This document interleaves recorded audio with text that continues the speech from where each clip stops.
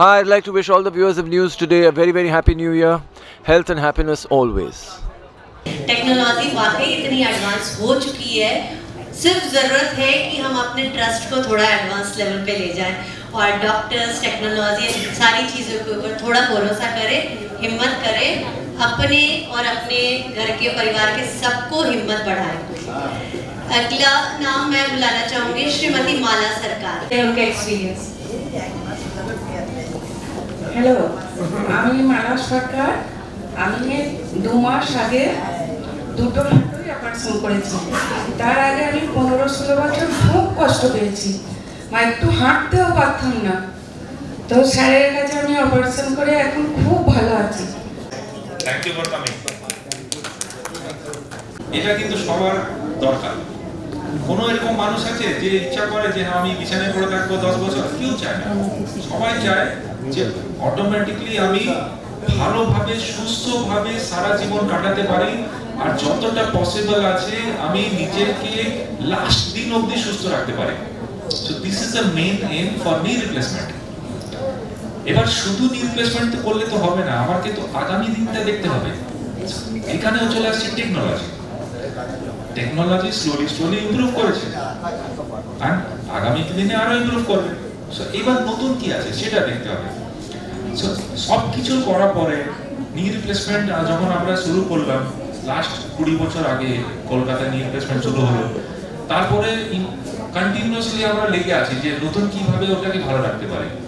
তার ভিতরে এলো কম্পিউটার অ্যাসিস্টেড, সেটা হচ্ছে ন্যাভিগেশন। এটা এসেছিল অনেক বছর আগে।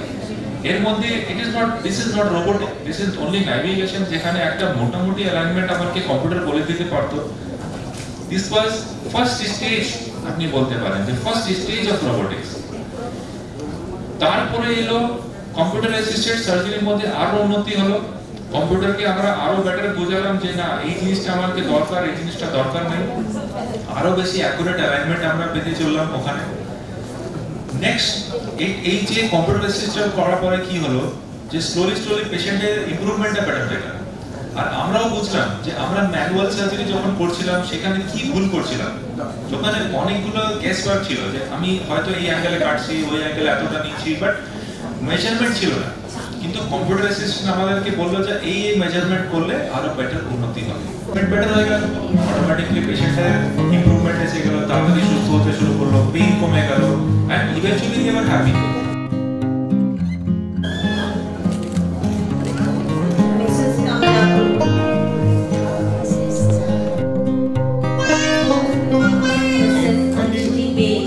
Of operation.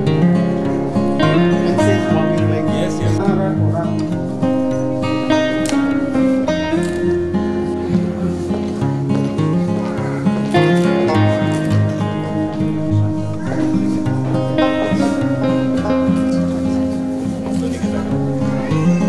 Mrs. Rakhi Bhattacharya, এনারা ফেলিসিটেশন পেয়ে গেছে। একটু পিছনে চলে যাবে না?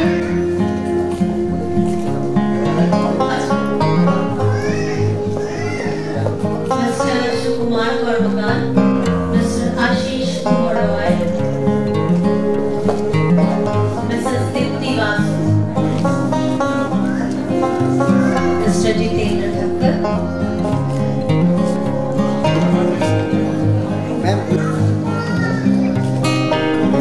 Mr. Ashokora Roy,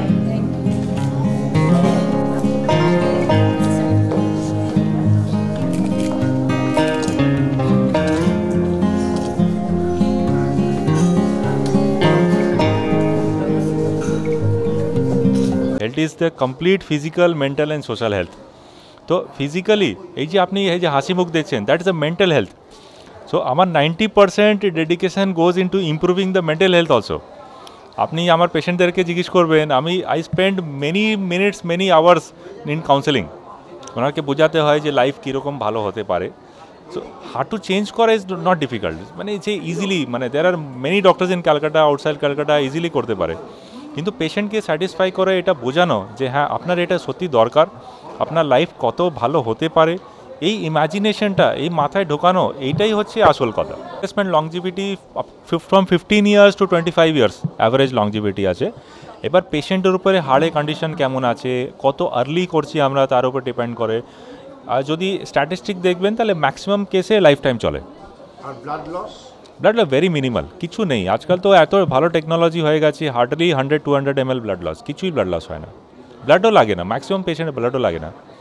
patient normally 15 days আমার টার্গেট থাকে back to kitchen, so that is our standard target. 20 days-এ সিডি আপ ডাউন করা, ইমিডিয়েটলি ওয়াকিং করি, অপারেশন নেক্সট ডে থেকে আমরা হাঁটাচলা শুরু করে দিই। অ্যান্ড আমি প্রত্যেকটা পেশেন্টে বলি যে 3 মাস পরে টিকিট কেটে রাখো, কোথায় বাড়াতে হবে। আমি সবাইকে একই কথা বলি সবসময়, যে হেলথ যেটা আছে সেটা কিন্তু ডাক্তারের ডিপার্টমেন্ট নয়, গভর্নমেন্টেও ডিপার্টমেন্ট নয়, health is personal department. Doctor কিন্তু ট্রিটমেন্ট দেবে না, পেশেন্টকে ট্রিটমেন্ট নিতে হবে। আমি কি করতে পারি, যদি আমি পেশেন্টই না আসে আমি কী করতে পারি?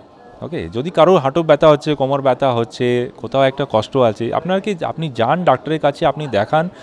আপনি হাজার ডাক্তার আছে তা আপনার জন্য ওয়েট করছে যে আপনি আসবেন, আপনাকে ট্রিটমেন্ট দেবে। কিন্তু আপনি যদি বাড়িতে বসে থাকেন আর ভাবেন যে অটোমেটিক সব ভালো হয়ে যাবে, তা তো কিন্তু নর্মালি হয় না। আলটিমেটলি আপনাকে অ্যাক্টিভলি ট্রিটমেন্টটা নিতে হবে। যে অ্যাক্টিভলি ট্রিটমেন্ট নেবে সে ভালো হয়ে যাবে। I am Dr. Manoj Kumar Khemani. I am from Manipal Hospital, Kolkata.